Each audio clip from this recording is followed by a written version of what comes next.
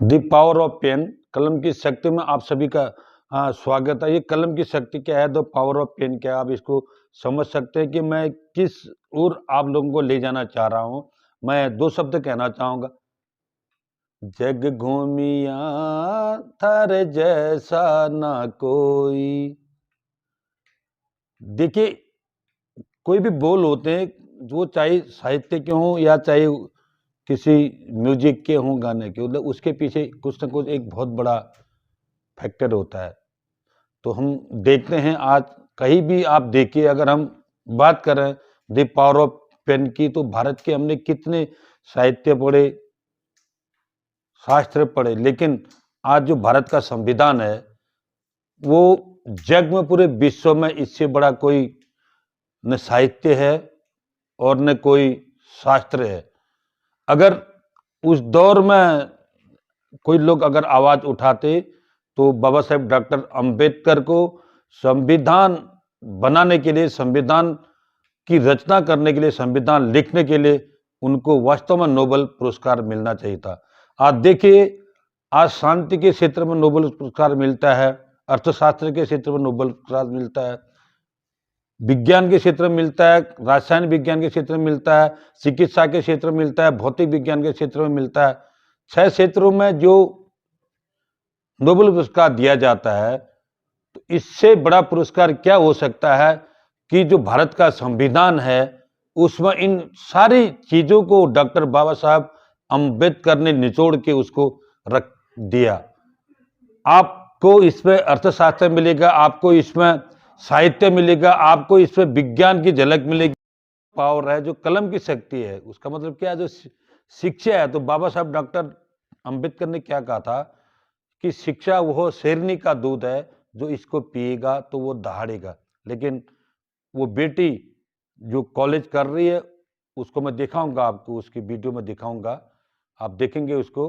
तो उसने बोला कि हाँ, वास्तव में जो है ये बिल्कुल गलत है कि जब भारत का संविधान किसी भी क्षेत्र में असम असम विषमता को, असमानता को कोई जगह नहीं देता है। वो चाहे जाति के आधार पर हो, धर्म के आधार पर हो, लिंग के आधार पर हो, संप्रदाय और क्षेत्र, किसी भी भौगोलिक स्थिति के आधार पर किसी भी प्रकार का विभेद नहीं करता है। तो हम कब जागेंगे कि ये संस्कारों में जो है बेटी और बेटे में क्यों विभेद किया गया है। तो बाबा साहब ने जब हिंदू कोड बिल लाए थे बाबा साहब, तो यही तो चीजें थी कि उसमें उन्होंने भारत की जो महिलाओं को सदियों से, युगों से जो दबाया गया था, वंचित कर दिया था, उनको मात्र एक प्रयोग की वस्तु के रूप में उसको यूज किया गया था। लेकिन आज जब वो शिक्षा के अधिकार जो समझ रहे हैं, ऐसा नहीं है कि शिक्षा सबके पास है, एजुकेशन तो ले रहे हैं बड़े बड़े उसमें, लेकिन लेकिन जो असली एजुकेशन है, जिसको बाबा साहब कहते थे कि जो वो एजुकेशन है कि जो आपको वो सिखाता है, कि जो आपको मुक्ति का रास्ता दिखाता है, जो आपको समता का रास्ता दिखाता है, जो आपको बंधुत्व का रास्ता दिखाता है, जो आपको अंधविश्वास से मुक्त करता है, जो आपको रूढ़िवाद से मुक्त करता है, और जो आपको वैज्ञानिक सोच को डेवलप करके आगे बढ़ाता है। तो असली शिक्षा का वही उद्देश्य है। तो आप देखिए कि अगर आज इस हम पल पल पर देखते हैं कि समाज में जो भी घटनाक्रम हो रहा है, जो लेकिन हम संविधान की अगर बात करते हैं, संविधान में इक्वलिटी है। संविधान एक वैज्ञानिक सोच पैदा करने का हमारा जो माध्यम है, उस पर जो बोलते हैं तो उनकी आवाज को भी आप सुनिए। आप बेटों को जो है क्या दिखाना चाहते हैं कि जनेऊ संस्कार कर दिया क्या?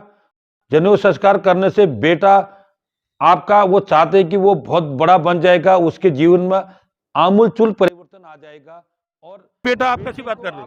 बेटा, आपको क्या लगता है? सर, भेदभाव तो नहीं होना चाहिए बेटा नहीं बेटे होना चाहिए में। ना? हाँ, ऐसा है कि अब लोग भेदभाव करते हैं कि बेटा होना चाहिए। पहले ऐसा होता था कि बेटियां हो जाती थी तो बेटे के चक्कर हाँ, में बेटा। मेरा मकसद ये है कि आप अगर चाहते हैं कि संवैधानिक भारत बने और भारत का संविधान के अनुसार से काम चले, और वो अगर संविधान को आप अगर मानोगे तो उसमें आप जानोगे, और उसको जानोगे तो आपके अंदर एक ज्ञान की ज्योति जलेगी।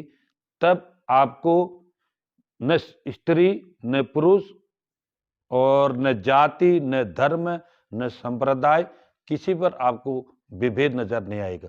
तो आप क्या समझते हैं कि संविधान आप पढ़ के कंपटीशन तो हासिल कर लेते हो, आप आईएएस कर लेते हो, पीसीएस कर लेते हो, किसी नौकरी में आप चले जाते हो, बस यही मात्र रह गया?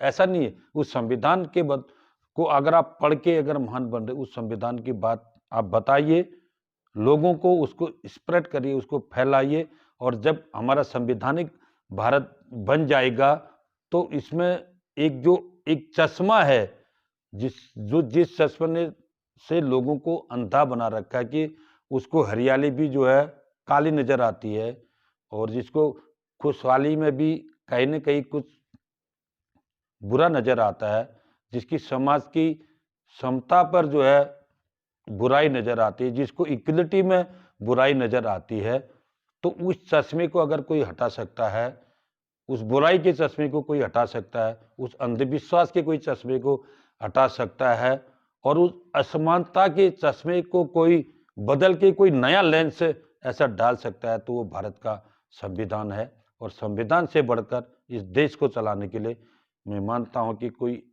ऐसा साहित्य नहीं है, ऐसा कोई ग्रंथ नहीं है कि जो इस देश के लोकतंत्र को मजबूत करे। और इस देश का जो संविधान की जो 4 मुख्य बातें हैं, उसको आप जानते हैं कि सबसे पहले तो उसकी जो प्रस्ताव में लिखा है, we the people of India, तो उसके बाद 4 शब्द क्या है? समता, बंधुत्व, न्याय और भाईचारा। ये सबसे बड़ी चीज है। इस चीज को आप समझिए और अपनी कलम को पकड़िए, और इस पावर ऑफ पेन की जो शक्ति है, इसको आप